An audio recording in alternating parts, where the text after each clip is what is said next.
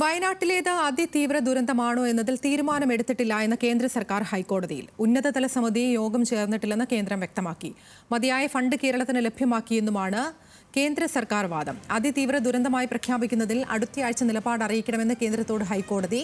അതിതീവ്ര ദുരന്തമായി പ്രഖ്യാപിക്കാനാവില്ലെന്ന് കേന്ദ്രം അറിയിച്ചുവെന്ന് സംസ്ഥാന സർക്കാർ കോടതിയെ അറിയിച്ചു. വിശദാംശങ്ങളുമായി ലീഗൽ ഡെസ്കിൽ നിന്ന് ഷബനാസ് സിയാദും, തിരുവനന്തപുരത്ത് നിന്ന് ബിനിൽ ലീല സാബുവും, വയനാട്ടിൽ നിന്ന് ആഷിഖ് റഹ്മാനും ചേരുന്നുണ്ട്. ആദ്യം ആഷിഖിലേക്കാണ്. ആഷിഖ്, ഈ വിഷയവുമായി ബന്ധപ്പെട്ട് അതായത് കേന്ദ്രം ഇത് ദേശീയ ദുരന്തമായി പ്രഖ്യാപിക്കാൻ സാധിക്കില്ല എന്നുള്ളതാണ് കേന്ദ്രത്തിന്റെ നിലപാട്. അതിനെതിരെ സംസ്ഥാന സർക്കാർ ശക്തമായ നിലപാട് സ്വീകരിച്ചു നിൽക്കുന്നുണ്ട്. എന്തൊക്കെയാണ് വിവരങ്ങൾ? ആതിര, ഞാൻ ഈ ദുരന്തം നടന്ന ചൂരൽമലയിലാണുള്ളത്. ദുരന്തം കഴിഞ്ഞ ശേഷം 4 മാസം പിന്നിട്ടു. ആ സമയത്തും ഈ കേന്ദ്ര സഹായം കിട്ടാത്തതിൽ വലിയ അമർഷത്തിലാണ് ചൂരൽമല നിവാസികൾ. അവരിന്ന് വെള്ളിയാഴ്ച കൂടിയാണ് പള്ളിയിലൊക്കെ പോകാനായി നിരവധി ആൾക്കാർ ഈ ഒരു പ്രദേശത്തൊക്കെ എത്തിയിട്ടുണ്ട്. നമ്മളോട് ഇപ്പോൾ ഈ പ്രദേശവാസികൾ തന്നെ ചേരുന്നുണ്ട്. പ്രത്യേകിച്ച് അവർക്ക് വലിയ അമർഷം ഈ ഒരു വിഷയത്തിൽ നിലനിൽക്കുന്നുണ്ട്. അപ്പോൾ നിങ്ങൾക്ക് ഈ ദുരന്തം കഴിഞ്ഞ് 4 മാസമായി. ഈ ഒരു കേന്ദ്ര നിലപാടിൽ എത്രത്തരം ഒരു പ്രതിഷേധമാണ് നിങ്ങൾക്കുള്ളത്? ഇവിടെ 116 ദിവസത്തോളായി നമ്മളെ ഇവിടെ ചുരമല മുണ്ടക്കൈ ദുരിതം ഉണ്ടായിട്ട് ഇവിടെ പ്രധാനമന്ത്രി, അതുപോലെ തന്നെ കേന്ദ്രമന്ത്രി, മുഖ്യമന്ത്രി ഇവരൊക്കെ ഒന്നിച്ച് ഇവിടെ കാൽനടയായിട്ട് ഇതിലെ നടന്ന് എല്ലാം സന്ദർശിച്ച ഒരു ദിവസം ഉണ്ടായിരുന്നു. അന്നേരം ഞങ്ങൾ ഇവിടുത്തെ ആളുകളൊക്കെ വിചാരിച്ചിട്ടുള്ളത് നല്ലൊരു പ്രതീക്ഷ ആയിട്ടാണ് എല്ലാവരും നിന്നിട്ടുള്ളത്. നല്ലൊരു ഫണ്ട് അല്ലെങ്കിൽ നല്ലൊരു പാക്കേജ് കേന്ദ്ര സർക്കാരിൽ നിന്ന് ഉണ്ടാകുമെന്നുള്ള പ്രതീക്ഷ ഞങ്ങൾക്ക് എല്ലാവർക്കും ഉണ്ടായിരുന്നു. അത് ഇന്നലെ വരെ ഞങ്ങൾ ആ പ്രതീക്ഷ ഉണ്ടായിരുന്നു. ആ പ്രതീക്ഷ ഞങ്ങളത് മങ്ങി. അതുപോലെ തന്നെ കേരള സർക്കാരിന് ഇത് കിട്ടിയാലേ ഇവിടെ ബാക്കിയുള്ള കാര്യങ്ങൾ നടക്കൂ എന്നുള്ള ഒരു ചിന്താഗതിയായിരുന്നു. പക്ഷെ ആ ചിന്താഗതി ഞങ്ങളെ ഇടയിൽ അതും അസ്തമിച്ചു പോയി.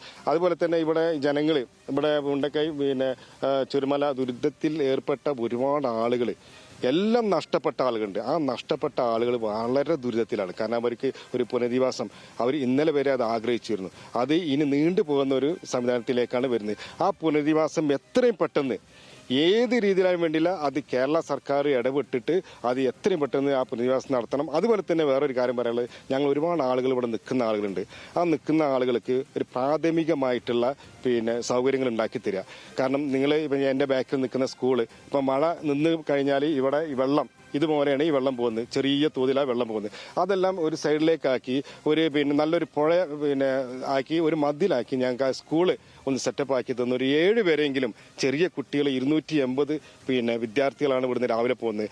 ആ വിദ്യാർത്ഥികൾക്ക് ഇവിടെയുള്ള ഒരു സൗകര്യം ചെയ്തു കൊടുക്കുക. അതുപോലെ തന്നെ നമുക്കറിയാം 3 KSRTC വണ്ടികളാണ്. അത് 1, 2 ചില ദിവസങ്ങളിൽ 1 ബസ്, ചില ദിവസങ്ങളിൽ 2 ബസ്, 3 ബസ് പൂർണ്ണമായിട്ട് ഉണ്ടാവാറില്ല. കുട്ടികളൊക്കെ വഴി കിടക്കുകയാണ്. അതുകൊണ്ട് അതിനുള്ള സംവിധാനം ഇവിടെ നിൽക്കുന്ന ആളുകൾക്ക് എത്രയും പെട്ടെന്ന് ചെയ്യാനുള്ള സംവിധാനം കേരള സർക്കാർ എടുക്കുക. കേന്ദ്ര സർക്കാരിന്റെ വളരെ വളരെ അനീതിയായിട്ടാണ് ഞങ്ങളെ ഇവിടെ ഉള്ളവരൊക്കെ കാണുന്നത്. കേന്ദ്ര സർക്കാർ അത് തിരുത്തിയില്ലെങ്കിൽ അത് ഞങ്ങൾ വലിയൊരു പ്രക്ഷോഭത്തിലേക്ക് തന്നെ ഇവിടുത്തെ ജനങ്ങൾ കേന്ദ്ര സർക്കാരിന്റെ ഹെഡിലേക്ക് പോകുന്നതാണ് പറയാനുള്ളത്.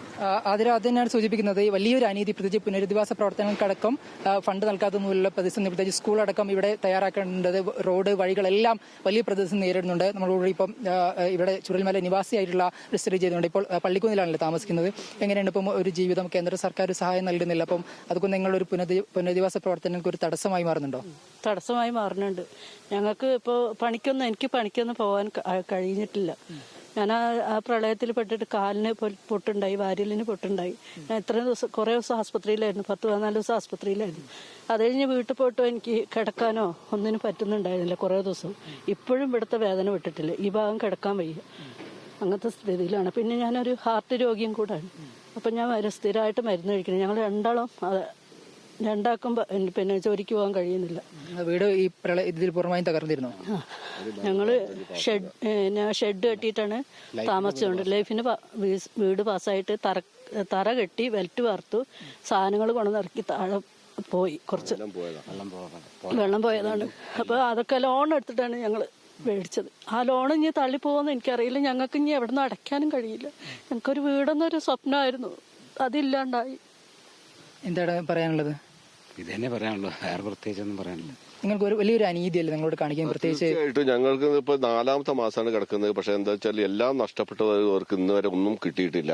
നമ്മൾ പറയുന്നത് വെച്ചാൽ പുനരധിവാസം എന്ന് പറഞ്ഞു കഴിഞ്ഞാൽ അർഹതപ്പെട്ട മുഴുവൻ ആളുകൾക്കും അത് എത്രയും പെട്ടെന്ന് കൊടുക്കാനുള്ള സംവിധാനം ഉണ്ടാക്കണം. ഇതുവരെ സ്ഥലമെടുപ്പ് പോലും ആയിട്ടില്ല. സ്ഥലമൊക്കെ എടുത്തു കഴിഞ്ഞാൽ ഒരുപാട് സംഘടനകൾ തന്നെ ഒരുപാട് വീട് വെട്ടി കൊടുക്കാന്ന് ഓഫർ ചെയ്തതാണ്. പക്ഷെ ഒന്നും ഇതുവരെ നടന്നിട്ടില്ല. അതുപോലെ തന്നെ 10,000 രൂപ കിട്ടാത്ത ആളുകൾ ഇന്നും ഉണ്ട്. നമ്മളോട് പല ആളുകളും പറയുന്നത് അപ്പൊ കൂടെ നിൽക്കുന്ന ഇവർ വരെ പറഞ്ഞ 10,000 കിട്ടിയിട്ടില്ല. അതുപോലെ ദിവസം 300 റുപ്യ വെച്ചിട്ട് മാസം 9,000 റുപ്യ 3 മാസം കൊടുക്കുന്നതാണ് പറഞ്ഞത്. പക്ഷെ അതിൽ 1 മാസം മാത്രമേ കിട്ടിയിട്ടുള്ളൂ. ഈ വിഷയത്തിൽ ഒരു കേന്ദ്ര രാഷ്ട്രീയം കളിക്കുകയാണെന്ന് തോന്നുന്നുണ്ടോ? തീർച്ചയായിട്ടും ഉണ്ട്. കാരണം ഞങ്ങൾക്ക് പ്രധാനമന്ത്രി വന്നപ്പോൾ വലിയൊരു പ്രതീക്ഷ ഉണ്ടായിരുന്നു. ഇതൊരു ദേശീയ ദുരന്തമായി പ്രഖ്യാപിക്കുകയാണ്, ഈ പ്രദേശത്തുള്ള മുഴുവൻ ആളുകൾക്കും ഒരു പുനരധിവാസം ഉണ്ടാവും എന്നുള്ളൊരു പ്രതീക്ഷ ഉണ്ടായിരുന്നു. പക്ഷെ ആ പ്രതീക്ഷയ്ക്ക് ഇന്നലത്തോടെ തീർന്നു. കാരണം ഇത് അങ്ങനെ പ്രഖ്യാപിക്കാത്തതുകൊണ്ട് ഇനി എന്ത് ഫണ്ട് കിട്ടുന്നൊന്നും അറിയില്ല, എവിടെ പോയി താമസിക്കുന്നു അറിയില്ല. കാരണം ഇപ്പൊ എല്ലാവരും ഇപ്പൊ ഞങ്ങളൊക്കെ താമസിക്കുന്ന ഇപ്പൊ ഇവര് പള്ളിക്കുന്ന് പറഞ്ഞ് അവര് കാപ്പംകൊല്ലി, ഞാൻ കാപ്പംകൊല്ലി, അങ്ങനെ പല ആളുകളും പല സ്ഥലത്ത് പോയിട്ട് രാവിലെ ജോലിക്ക് വേണ്ടി ഇങ്ങോട്ട് വരികയാണ്. അങ്ങനെ വളരെയധികം പ്രയാസത്തിലാണ് ഇപ്പോൾ മുന്നോട്ട് പോകുന്നത്. അപ്പോൾ കേന്ദ്ര സർക്കാരും കേരള സർക്കാരും ഇടപെട്ട് നല്ലൊരു പുനരധിവാസം കൊണ്ടുവരികയാണെങ്കിൽ ഞങ്ങൾക്ക് ഒരു ആശ്വാസമാകുമെന്ന് അറിയിക്കുക. ഇതിലെങ്ങനെയാണ് ഒരു മൊത്തത്തിൽ ഒരു രാഷ്ട്രീയം കളിക്കുന്നതിന് പ്രശ്നമുണ്ട്? പ്രത്യേകിച്ച് ഈ തെരഞ്ഞെടുപ്പിലേക്ക് വലിയ ചർച്ചയായിരുന്നു. അപ്പോൾ അത് അങ്ങനെ ഒരു ആവശ്യം ഉണ്ടായിരുന്നു. നമുക്ക് കൃത്യമായൊരു സഹായം മറ്റു സംസ്ഥാനങ്ങൾ നൽകിയ സമയത്ത് കേരളത്തിൽ ലഭിക്കാത്തൊരു പ്രശ്നമില്ലേ? ഉണ്ട്, തീർച്ചയായിട്ടും ഉണ്ട്. അതിലൊക്കെ നമുക്ക് വലിയ ആശങ്കയുണ്ട്. കാരണം നമ്മളിവിടെ ഇത്രയും വലിയൊരു ദുരന്തം നടന്നിട്ട് പ്രധാനമന്ത്രി വരെ ഇവിടെ ഹെലികോപ്റ്ററിൽ വന്നുപോയി, അതിനുശേഷം റോഡ് മാർഗവും ഇവിടെ എല്ലാം മുണ്ടക്കായി വരെ സന്ദർശിച്ച് ഇത് നേരിൽ കണ്ടുപോയൊരു പ്രധാനമന്ത്രിയാണ്. ആ പ്രധാനമന്ത്രി ഇവിടെ വന്നു പോകുമ്പോൾ ഞങ്ങൾക്കൊക്കെ വലിയൊരു പ്രതീക്ഷ ഉണ്ടായിരുന്നു. ഞങ്ങൾക്ക് കേരളത്തിന് എന്തെങ്കിലും കിട്ടും, അതുപോലെ ഞങ്ങളെ പുനരധിവാസം എളുപ്പമാവും എന്നുള്ള പ്രതീക്ഷ ഉണ്ടായിരുന്നു. ഇപ്പോൾ ഇന്നലെ വരെ ആ ഒരു പ്രതീക്ഷയായിരുന്നു. ഇന്ന് രാവിലെ ദുരന്ത ഭൂമിയിലെ മനുഷ്യരാണ്, അവർക്ക് എന്തെങ്കിലും സഹായം കിട്ടും എന്നുള്ള പ്രതീക്ഷയിൽ ഈ ഘട്ടത്തിലും പ്രതികരിക്കുന്നത് ആഷിഖാണ് അവരോടൊപ്പം ചേർന്നത്.